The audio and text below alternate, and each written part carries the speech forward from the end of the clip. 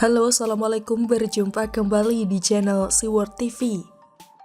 Muldoko mau laporkan ICW, malah diminta bijak. ICW sudah bijak belum?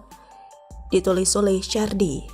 Kepala Staf Kepresidenan Muldoko memutuskan akan melanjutkan proses hukum terkait tudingan ICW soal polemik ivermectin dan ekspor beras. Hal ini dikarenakan tidak adanya permintaan maaf dari pihak ICW seperti yang diharapkan pihak Muldoko. Muldoko menyebut pihaknya sudah 3 kali memberikan kesempatan kepada ICW untuk mengklarifikasi dan meminta maaf, tapi ICW tidak memiliki itikat baik. Bagaimana respon ICW? ICW menganggap Muldoko seharusnya bijak dalam menanggapi kritik. Bagi ICW, laporan atau pengaduan ke pihak kepolisian adalah hak setiap warga negara, secara personal atau individu. Jadi, silakan saja jika Muldoko ingin meneruskan persoalan ini ke penegak hukum, kata kuasa hukum ICW M. Isnur. Namun, kami menyayangkan langkah itu sebab hasil penelitian ICW semata-mata ditujukan untuk memastikan penyelenggaraan pemerintahan yang bersih, terlebih di tengah pandemi COVID-19, katanya lagi. Tentu Muldoko dengan posisinya yang berada di lingkar dalam istana negara mestinya bijak dalam menanggapi kritik, bukan justru langsung menempuh jalur hukum tanpa ada argumentasi ilmiah tentang indikasi konflik kepentingan dalam penelitian ICW, tambahnya. Sebuah statement yang berisi indikasi atau dugaan harus disertai bukti awal sehingga bisa jelas mana yang bersifat kritik atau tuduhan tidak berdasar, dan juga sebuah tuduhan tanpa bukti sama saja dengan menggiring opini. Itu pun opini harus ada dasar argumentasi yang kuat, kalau tidak maka akan disebut opini sesat. Dari respon ICW di atas terkesan mereka tidak mau meminta maaf, bahkan cenderung ingin menyalahkan orang yang dituduh. ICW meminta Muldoko bijak. Pertanyaannya adalah, apakah ICW sudah merasa bijak juga ketika melontarkan pernyataan yang dianggap menuduh tersebut? Minta orang lain bijak, tapi ICW sendiri tidak bijak dalam membuat statement.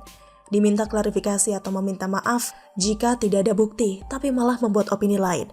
Aneh sekali logika seperti ini. Menuduh tapi meminta yang dituduh untuk bersikap bijak. Harusnya ICW juga bijak menyikapi dirinya bakal dilaporkan karena itu hak Muldoko dan sah. Harusnya ICW juga bahas soal kelebihan bayar dan Formula E yang sedang diributkan itu. Diulas di mana-mana, media pun memberitakan ICW kemana aja. Harusnya lebih keras berteriak dong. Itu baru adil dan tak berat sebelah. Justru menempuh jalur hukum adalah jalan yang tepat di saat dua belah pihak berusaha mempertahankan ego dan keyakinan masing-masing. Jangan sebut ini otoriter, jalur hukum itu bagian dari demokrasi. Kalau otoriter, ICW pasti tidak akan hidup tenang kan?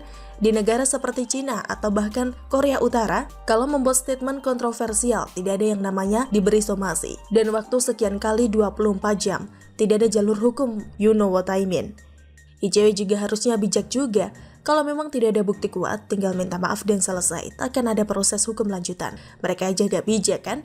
Malah ajarin pihak lain untuk bijak. Aneh bener sih. Ini juga mirip dengan perseteruan antara Luhut dengan koordinator Kontras. Beberapa waktu lalu, Luhut melayangkan somasi kepada Fathia dan Haris dan memberikan waktu 5 kali 24 jam kepada keduanya untuk meminta maaf. Jubir Menko Marves Jody Mahardi mengatakan somasi dilayangkan karena unggahan Haris Azhar itu telah mencemarkan nama baik Luhut. Ini terkait dengan Luhut yang diduga bermain dalam bisnis tambang di Blok Wabu. Menurut Jody, pernyataan dalam video tersebut tidak benar, tendensius, memuat pembunuhan karakter dan penghinaan. Ketua Yayasan Lembaga Bantuan Hukum Indonesia atau YLBHI, Asfi Nawati, ikut komentar. Dia bilang konflik kepentingan yang dilakukan pejabat publik bisa diancam dengan pidana.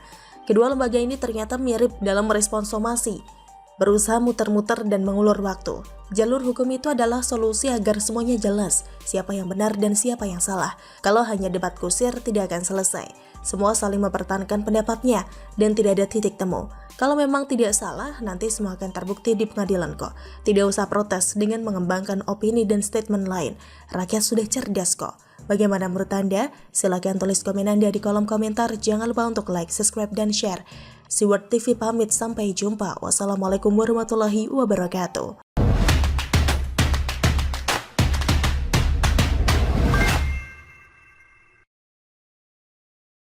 Halo, Assalamualaikum, berjumpa kembali di channel Siward TV.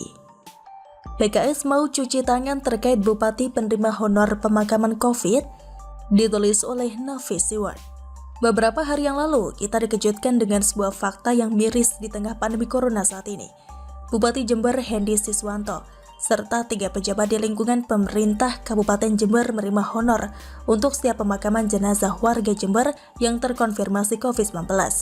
Keempat pejabat ini mendapat honor sejumlah 70,5 juta rupiah dengan rincian setiap 100.000 rupiah untuk setiap pemakaman dengan protokol COVID-19. Bupati Jember Hendy Siswanto juga tidak membantah informasi yang terkuak ke publik tersebut. Ini sedang seru dan saya sampaikan bahwa honor pemakaman itu benar, kata Hendy. Bupati Jember tersebut juga mengakui jika praktik ini sudah lama dan ia hanya meneruskan saja. Ini sudah lama dan kami meneruskan kembali, ada SK bulan Maret yang baru.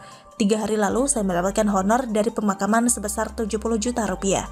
Ternyata honor itu 100.000 rupiah setiap pemakaman. Dari Juni dan Juli itu ada 1.000 jenazah. Sebelumnya tidak banyak, kata Hendy. Penulis sampai tidak habis pikir, kok bisa ada orang seperti itu? Jika petugas kesehatan atau orang yang menguburkan jenazah kena COVID menerima honor, bisa kita maklumi karena petugas kesehatan melakukan tugasnya untuk menyelamatkan pasien.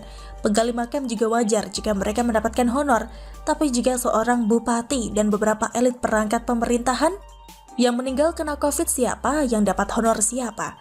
Bayangkan jika semakin banyak orang yang meninggal kena COVID, mereka pasti makin kaya raya. Setelah kasus ini heboh, akhirnya uang honor tersebut sudah dikembalikan ke kas daerah.